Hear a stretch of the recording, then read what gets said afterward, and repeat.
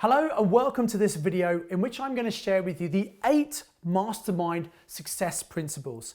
If you apply these principles to your property investing, you will do a lot more property deals. How do I know that?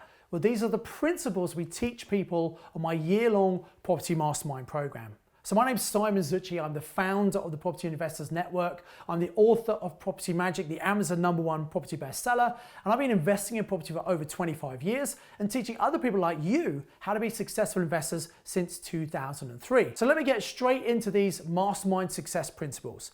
Principle number 1, and this might sound a little bit strange, but when we're looking for investments, what we do is we look for the seller, not the property. Now you might think, hang on Simon, surely if you're investing in property, you want to go and look for properties, right? And you can absolutely do that. But 95% of the properties on the market, we're not interested in. We're looking for the 5% that are for sale owned by motivated sellers. These are people for whom the speed and certainty might be more important than the amount of money they actually get from the sale. What this means is they might be flexible on the price and or the terms of the sale. So start looking for sellers. Rather than going online looking for properties, look for properties where the circumstances of the owners might be that they're motivated. If you work with motivated sellers, you will do a lot more deals.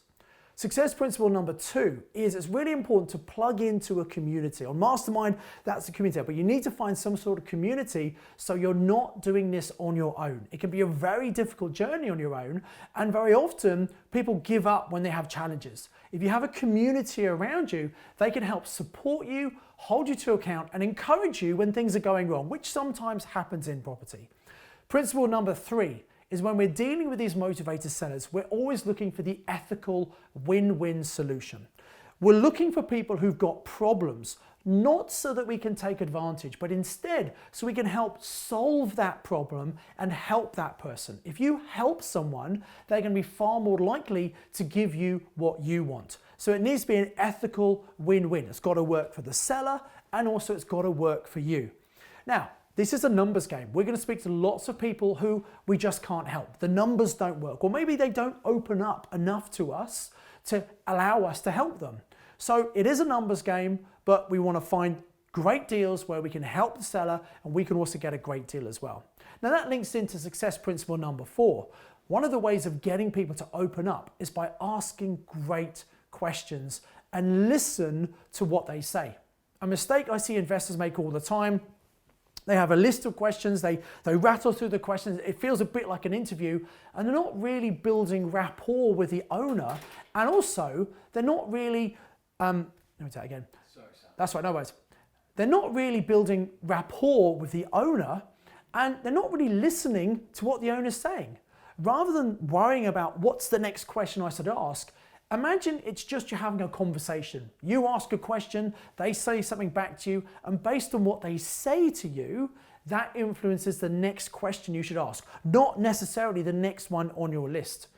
If you ask great questions, open questions that get them talking, it's amazing what sellers will tell you and what they will share with you. And what that means is it's more likely you'll be able to find out what the problem is and then come up with an ethical solution that's going to give you a great deal, but also give them what they need. The next success principle number 5 is always have an open mind. A common mistake I see people make is they go into a deal wanting to do a certain type of strategy. Maybe they want to do a purchase lease option or something. And actually maybe in that circumstance, a purchase lease option may not be appropriate. It may not be the best strategy. So rather than having tunnel vision, and rather than making assumptions about what the owner would want or wouldn't want, always have an open mind. Go in with the aspect of wanting to help this person, ask some great questions, and based on what they say, you can work out, okay, what might be a great solution for this particular situation. And then also, sense check all the deals. So number 6 is, rather than making decisions on your own in isolation, you might miss something. Maybe something's not such a good deal, but you've missed an important point.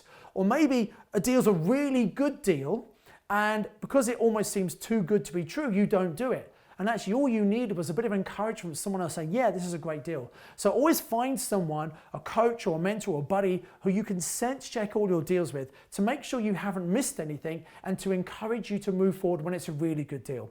After all, when you see a really good deal, you should absolutely move quickly, because if you don't, someone else will snap it up.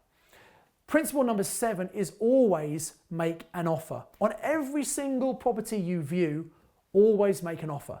Now, does that mean you want to buy every property you view? No, of course not. Obviously, there are some properties that are perfect for you, the right location, that fit your strategy. Well, those you're going to offer a higher offer that works for you, but also that's good for the seller. But there will be some properties you say, well, that's not really what I want, it's not the right location. But I guarantee there will be a price at which that property, if it's low enough, will be a good deal for you. So the ones you want, you might make higher offers. The ones you really don't want, you want to make really nice low offers. And you'll be surprised that sometimes those low offers are accepted. And that means at that low price, it's a really good deal. So always make an offer on every single property you visit. Don't have any wasted trips. Always make an offer. And that links in very nicely to success principle number 8, which is you need to follow up and be persistent. When you first speak to a seller or when you make an offer to them, very often they're not going to be motivated enough and they don't take that offer. What most amateurs do is they forget that. They walk away from it thinking, oh, that's not really a very good deal to do. I'm not going to worry with that. And they move on to the next. Failing to recognize that most sellers will become more motivated with time. What this means is as time goes on, they become more and more motivated. So what you need to do is make sure you have a really good, simple follow-up system.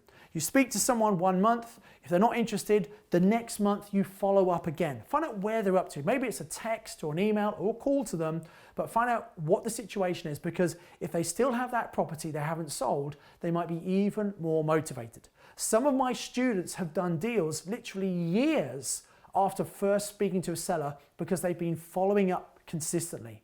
If you follow these 8 steps, and I'll summarize them for you in just a moment.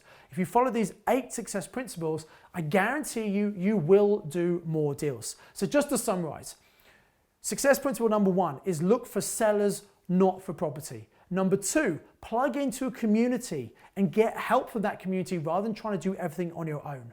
Number 3 is always look for the ethical win-win that works for you and the seller.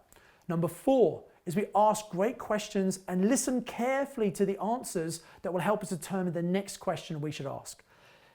Success principle number 5 is we always have an open mind. Never make any assumptions about what the seller might want or might not want. We don't know. That's why we have to ask some good questions. Number 6, every deal you have, sense check it with someone else. If it's a great deal, you want some motivation to move forward and do it. If it's not such a good deal, you want to make sure you don't buy those lemons that you're going to regret buying.